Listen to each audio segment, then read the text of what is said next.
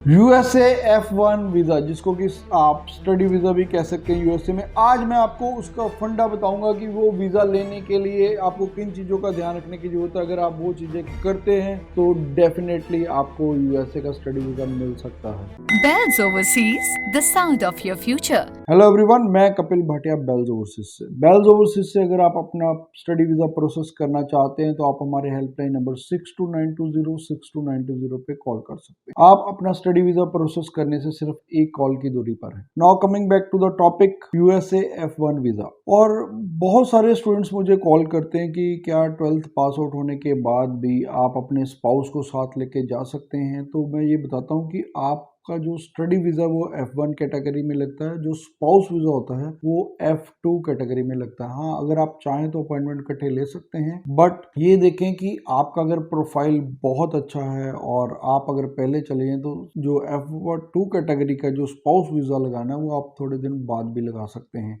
या अगर आप चाहें तो आप इकट्ठे भी अपॉइंटमेंट उठा सकते हैं। लेकिन ये ध्यान रखें कि इसमें स्पाउस की भी इंटरव्यू होनी है साथ में, क्योंकि USA study visa without interview नहीं है। सिर्फ उनके लिए है जिनके पास ऑलरेडी कोई ना कोई वीज़ा है यूएसए का और वो स्टडी वीज़ा करना चाहते हैं, तो उनके लिए ये प्रोविज़न है। अब मैं बात करता हूँ कि आप यूएसए का स्टडी वीज़ा कैसे ले सकते हैं। और ये वैसे हमारे प्रोफेशन का सीक्रेट है, पर फिर भी स्टूडेंट से शेयर करता हूँ। अगर आप एक ही I-20 लेके जाते हैं तो उसमें वीज़ा चांसेस कम रहते हैं। आपको चाहिए कि कोई ना कोई टॉप यूनिवर्सिटी से आप उसकी I-20 लीजिएगा, और उसके अलावा आप एक दो और I-20 साथ में लीजिए, क्योंकि I-20 लेने के लिए हो सकता है यूनिवर्सिटी का $200-250 आपको डॉलर एक्स्ट्रा देना पड़े, लेकिन वो आपके लिए यूज़फुल रहेगा, वो आपके वीज़ा में हेल्प करेगा। अगर आप 2 या 3 I-20 लेके जाते हैं तो मोस्टली ये हमने देखने में आया है कि वीज़ा ऑफिसर आपसे ये क्वेश्चन करता है कि how many I-20 you have या in which university you have applied.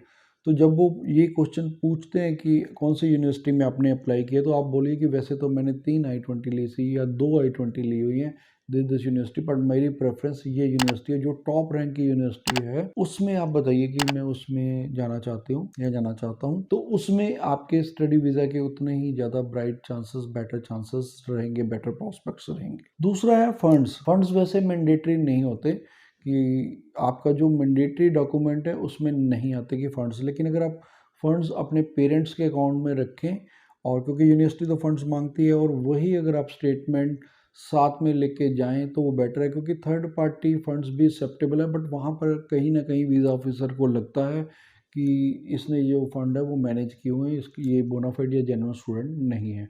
तो बेटर है अगर फंड्स स्टूडेंट के अकाउंट में हो या उसके पेरेंट्स के अकाउंट में हो तो वही स्टेटमेंट आप साथ लेके जाइए।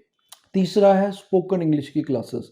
चाहे आपको इंग्लिश आती भी, आप बोल भी सकते हैं, फिर भी मैं रिकमेंड करता हूँ कि आपको स्पोकन इंग्लिश आनी चाहिए, क्योंकि वहाँ पर आपका कॉन्फिडेंस मैटर करता है, आपका कि आप कितने क्विक हैं रिप्लाई देने में और आपकी नॉलेज कितनी है, ये सारी चीज़ें मैटर करेंगी। तो इसलिए बेटर है कि आप वेल प्रिपेयर होके जाइए, आपकी जो लैंग्वेज पे कमांड होनी चाहिए, स्पोकन इंग्लिश अच्छी होनी चाहिए, और आप अपनी पूरी रिसर्च वर्क करके जाएं तो आपको यूएसए का स्टडी वीज़ा मिलने की पूरी प्रोबेबिलिटी है। फिर भी अगर आपका यूएसए स्टडी वीज़ा को लेके कोई भी क्वेश्चन है, आप नीचे मुझे कमेंट कर सकते हैं, हम हर कमेंट का आपको जवाब देते हैं, या आप हमारे हेल्पलाइन नंबर 6292062920 पे कॉल कर सकते हैं। Thanks for watching. Business or call us for visa services. Follow us on our social handles for offers and new updates.